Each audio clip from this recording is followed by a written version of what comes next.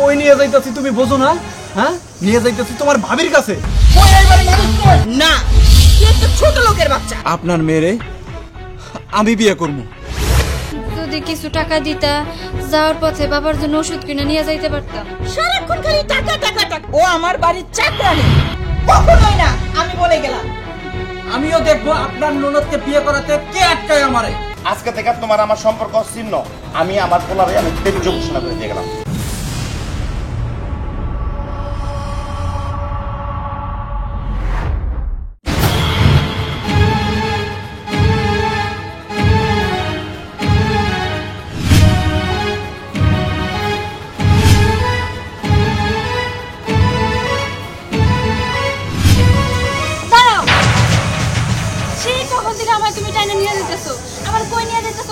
কই নিয়ে যাইতাছি তুমি বোঝো না?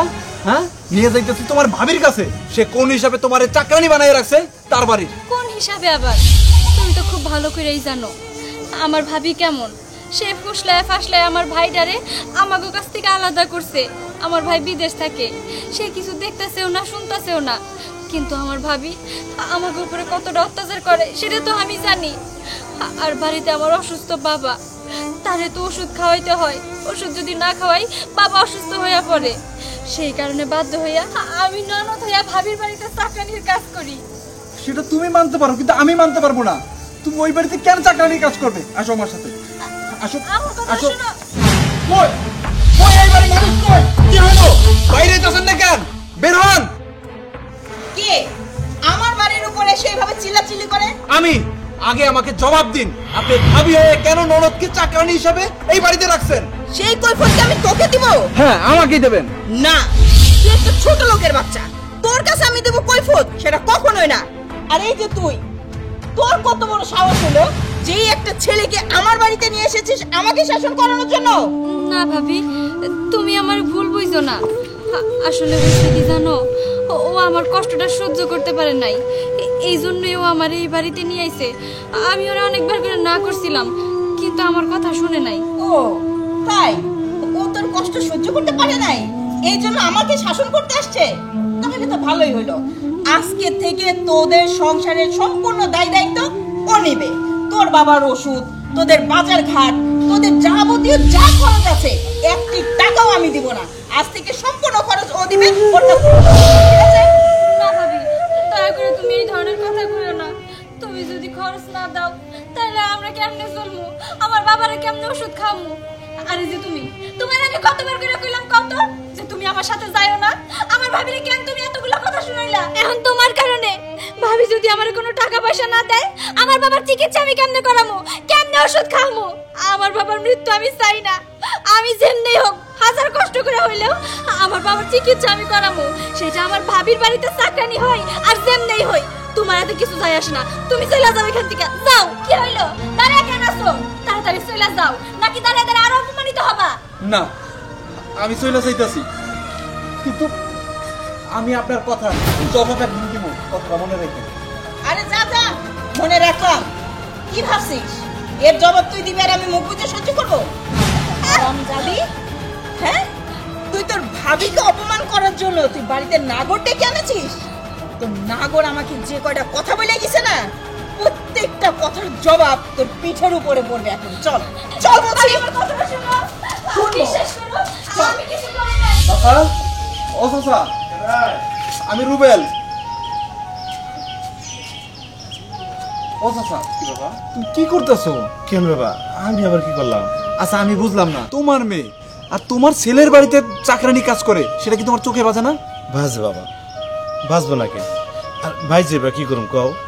এই যে জায়গা সম্পত্তি বেচা পোলারে বিদেশ পাঠাইছি, কত আশা আছিল, কত স্বপ্ন আছিল আমার মনে। পোলা কি করলো, বউর নামে সমস্ত টাকা পয়সা পাঠাইছে। আর বউ সেই সুযোগ পাইয়া আলাদা গিয়ে বাড়ি করছে, আমার বাজারের টাকা পর্যন্ত দেয় না। আমি অসুস্থ মানুষ, আমার মাসে কত টাকার ওষুধ লাগে, আমি তো আর আগের মতো কাম কাজ করতে পারি না। বৌমার কাছে টাকা চাইতে গেলে আমার স্বামী অনেক কষ্ট করে বিদেশে টাকা পয়সা কামায়, এই টাকা আপনাকে আমি এইভাবে আপনাকে নষ্ট করতে দেবো না। আবার কয় অথৈত পাইতে আজারি থাকে, ওই কি করে ওই আমার বাসায় কিছু কাম কাজ করে দিলে তো আমি কটা টাকা দিতে পারি, সেই টাকা তো আপনার সংসার চলে না। বাবারে সে আর নামাইয়া মাইসে বাড়ি দিয়ে কি করে কেমনে দেবো যাই পোলার পরিবারের কাছে যাই। সব কিছু বুঝতে পারছি চাচা, কিন্তু সে তো তার ভাইগো টাকা দেয়, বোনগো টাকা দেয় বিয়ে দেওয়ার জন্য, অথচ আপনাকেও টাকা দেয় না ঠিক মতো। এরপরও ননদরাও চাকরানি বানায় রাখছে। আপনি কেন প্রতিবাদ করেন না বলেন তো? না রে বাবা, প্রতিবাদ করে কি করব? আমার কি আর সংসার চালায় না এই সমর্থ আছে? যদি প্রতিবাদ করতে যাই তাহলে তো বাপ না খেয়ে মরণ লাগবো।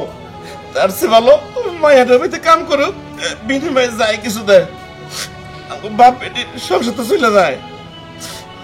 আমি আমি ভাবতাম বাবা, মায়াটা যদি কোনো জায়গায় বিয়ে সাথে হয়ে যেত, ময়না গিয়ে মনটারে শান্তি দিতে পারতাম যে আমার মায়াটা একটা ব্যবস্থা কইরা দিয়ে খবর আইছি। চাচা, আপনি কোনো চিন্তা করেন না, আপনার মেয়েরে আমি বিয়ে করবো। কি কইলা বাবা? আরেকবার কও বাবা। হ চাচা, আমি আপনার মেয়েরে বিয়ে করবো। বাবা রে, তুমি আমার বাঁচাইলা বাবা।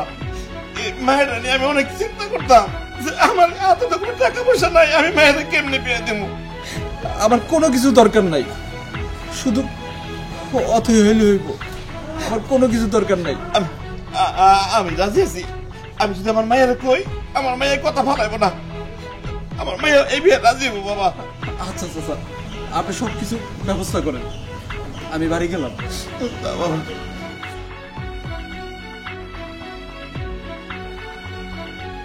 আল্লাহ তুমি আমার মেয়েটা একটা ব্যবস্থা করে দিল। আল্লাহ তোমার দরবার লাখ লাখ শুকরিয়া। আল্লাহ তোমার দরবার লাখ লাখ শুকরিয়া।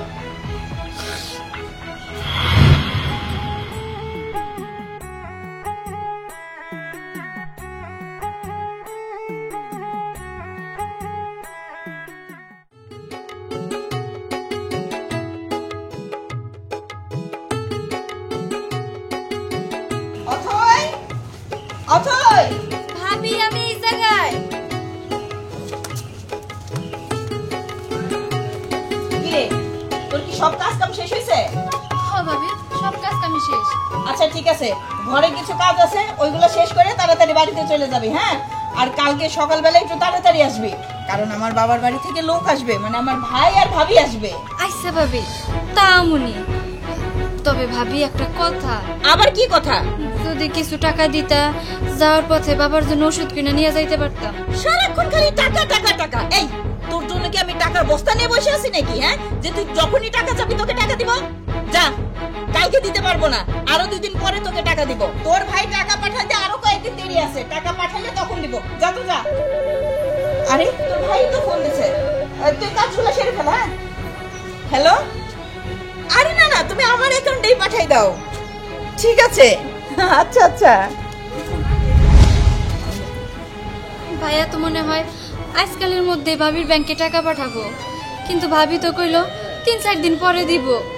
এদিকে তো বাবার শরীরটা ভালো না, আজকে যদি ওষুধটা নিয়ে যাইতে পারতাম খুবই উপকার হইতো।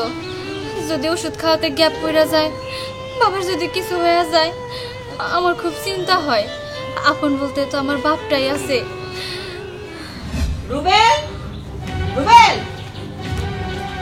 কি ব্যাপার, আপনি আমাকে বাড়িতে? হ্যাঁ, আমি তোমাদের বাড়িতে। একটা কথা শুনলাম, তুমি নাকি আমার ননদকে বিয়ে করতে চাও। হ্যাঁ, করতে চাই। তাতে আপনার কোনো সমস্যা? অবশ্যই সমস্যা। আমার সমস্যা হবে না কেন? কেন তুমি আমার বাড়ির চাকরানিকে বিয়ে করতে চাও? দেখেন, আপনার কাছে আপনার বাড়ির চাকরানি হতে পারে, কিন্তু আমার কাছে সে আমার ভালোবাসার মানুষ, মনের মানুষ। কিন্তু একটা বিষয় তো আমি বুঝতে পারছি না। আচ্ছা, অথর যদি বিয়ে হয়ে যায় তাহলে তো আপনার মাথা থেকে বোঝা নেমে গেল, তাহলে আপনার সমস্যা কোথায়?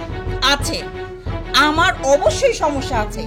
ওর যদি এই মুহূর্তে বিয়ে হয়ে যায় তাহলে আমার সংসারের কাজ কাম কে করবে? ও শুধু আমার ননদই না, ও আমার বাড়ির চাকরানি। আমি ওকে চাকরানি করে রেখেছি, মানে আমার সংসারের সম্পূর্ণ কাজ কাম করার জন্য। ওর বিয়ে হয়ে গেলে এক্সট্রা একটা চাকর লাগবে আমার বাড়িতে। অতএব তুমি আমার ননদকে বিয়ে করতে পারবে না, কখনোই না, আমি বলে গেলাম। আমিও দেখবো আপনার ননদকে বিয়ে করাতে কে আটকায় আমারে।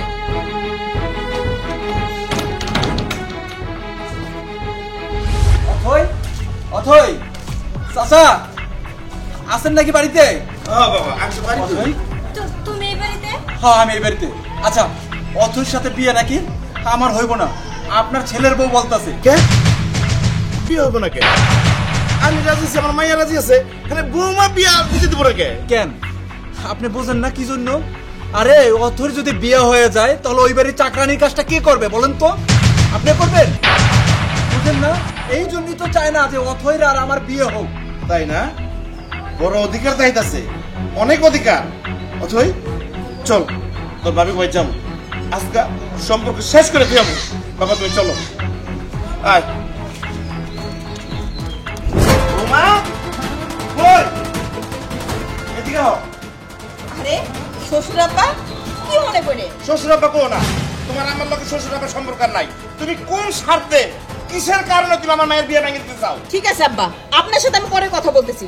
তার আগে বলেন ওই ছোট লোকের বাচ্চাটা এই বাড়িতে কেন এনেছে? আর আজ এই জন্যই যে ওর কাছে আমার মেয়ে অথরে আমি বিয়ে দেবো। মানে আব্বা আপনি এসব কি বলতেছেন? যা বলতেছি ঠিক বলতেছি। আর ও আমার মেয়ের জামাই হবে, খাইয়া থাকি না খাইয়া থাকি আমরা একসাথে থাকবো। আর শোনো, তোমার একটা কথা বলে যাই, আজকে থেকে তোমার আমার সম্পর্ক ছিন্ন। আমি আমার পোলারে আমি তেজ্য ঘোষণা করে দিয়ে গেলাম। মা চল আমরা এই গেলাম। আরে আব্বা আপনি আমার কথা কোনো শুনেন। কথা সমস্যা নেই, চল মা।